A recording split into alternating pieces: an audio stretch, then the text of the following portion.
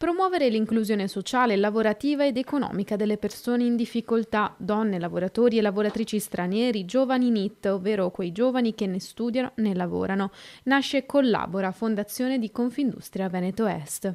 Un'associazione che ha lo scopo e l'obiettivo di racchiudere per le 4 province, quindi per le 4 nostre province, tutti i progetti di inclusione sociale e di formazione ed educazione delle persone, ma anche promozione di quella che è la cultura d'impresa, promozione di tutti gli aspetti legati allo sport e progetti legati alla cultura in sé.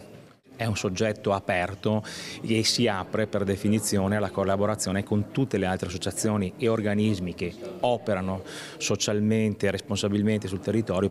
L'impresa è oramai permeata con il territorio, quindi è fondamentale avere questo doppio scambio, la doppia mandata, quindi riuscire a raccogliere quelle che sono le competenze, le esperienze, le culture, le storie dei nostri territori per poi lasciarle e tramandarle anche in prospettiva.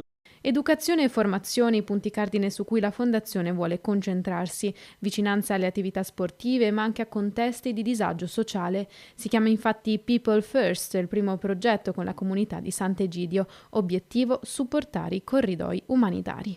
I corridoi umanitari sono una testimonianza di questa modalità di collaborare perché sono assolutamente privati per quanto riguarda l'assistenza economica alle persone che vengono in Italia attraverso i corridoi umanitari, ma vi è una collaborazione naturalmente con il governo italiano, Ministero dell'Interno e degli Esteri per poter costruire la strada attraverso la quale le persone provenienti da paesi in guerra possono affrontare dei viaggi sicuri, lontani dai trafficanti di uomini e dalle morti in mare.